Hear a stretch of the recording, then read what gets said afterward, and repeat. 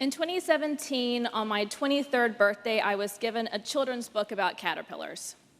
This 144-page, mostly illustrated book has quickly made its way to the top of my favorite book list and onto the list of things that never fail to make me cry. Hope for the Flowers by Trina Paulus tells the story of two caterpillars, Stripe and Yellow, who hope for something more than their ordinary caterpillar lives.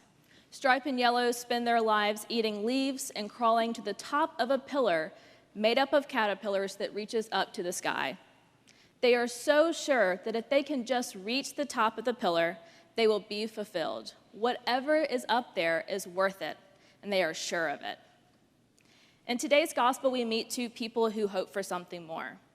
One woman hopes that just by reaching out and touching Jesus, she will be healed. One man with a daughter close to death hopes Jesus can just get to her in time. Two very different people. One very same hope brings them through the crowd. While I sat in nearly every coffee house in Memphis wondering what I had to share about this passage, I have been nothing short of thankful to be writing this in the June of 2021 and not the June of 2020. Would I have been able to see the hope in the story at all?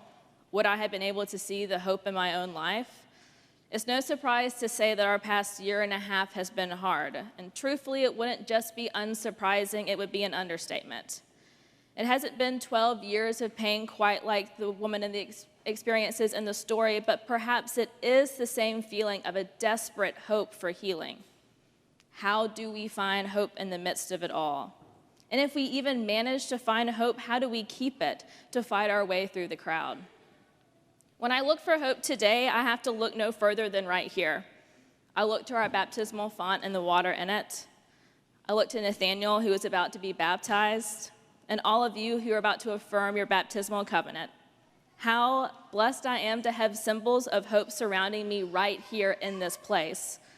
When I look past the sanctuary at Calvary and search for hope within this community, it's also easy for me to find. I find it at Basement Church, where people show up before the sun to meet the needs of our neighbors. I find it during Children's Chapel in the St. Francis Courtyard, and I find it during the Eucharist. When I look for hope in my own life, I find it on a Tuesday night Zoom compline with friends from around the country. I really can't believe that I'm still willingly logging into Zoom, but here I am. A practice that was started by a friend of mine during the height of social distancing has quickly turned into a weekly time of prayer and ultimately Thanksgiving. I'm at an interesting time in my life where I am watching my friends search for and find their calls. And unfortunately, I'm also learning that that usually means more miles in between me and the people that I hold close.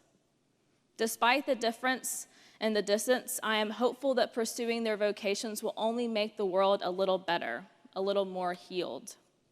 I feel the same hope for the Calvary seniors that we celebrated only a few weeks ago.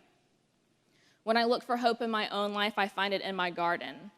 Mammoth daisies that were planted months ago were accidentally mowed down before we saw any flowers. Months of waiting and anticipation were cut short by a lawnmower. Naturally, we were bummed. As someone who lacks a green thumb, I figured we would cut our losses and stick to succulents on the windowsill, safe. But much to my surprise, within a week, they were back and taller than ever before. The regrowth of a bunch of daisies gives me hope. In the story today, two are healed. I can't help but wonder how many people in that crowd bumped into Jesus and touched his cloak that day. I wonder how many people stayed home with a loved one that needed healing. Was it the hope to be healed that propelled the woman forward to Jesus? Was it the hope for the little girl that threw Jairus at his feet? I wonder how that woman kept hope for 12 years. I wonder if it was stories she heard about Jesus that strengthened her faith, or maybe it was a symbol of hope along the way. Maybe she was encouraged by a friend. I wonder what she did after she was healed. I know I'm asking a lot of questions and offering very little answer in return, but I think it's worth wondering about. As my favorite children's tale continues, Stripe and Yellow leave the pillar together, live happily for a while, and eventually part ways to follow their own instincts to find something more. Stripe returns to the pillar, fighting and crawling to be up, to be near the sky. Yellow follows her instincts, weaves a cocoon, and is born a butterfly. With her wings, she finally understands that there was indeed something more than the ordinary life of a caterpillar, eating leaves and crawling up. I struggle with the idea of sharing the ending to this beautiful book, but I think it's worth the spoil. Just as Stripe reaches the top of the pillar to find nothing but more caterpillars struggling to keep their footing at the top, Yellow flies to him and shows him what he is meant to become. As he loses his own hope for the future, he is reminded by another that hope exists still. Even with my community and the symbols of hope in my life, there have been and there will be times where I feel like I cannot find hope for myself. I imagine that we have all been a little bit more like Stripe the caterpillar than Yellow the butterfly in our own lives, without hope or a way towards it on our own. We will all soon be asked, will you who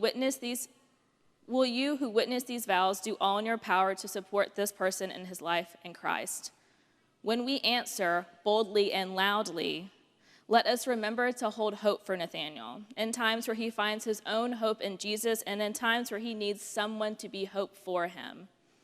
The story of our caterpillars ends with hope for the flowers. Hope touches all of our lives, just as hope moved through the woman for herself and for Jairus for his daughter. And now I ask of you, what do you hope for?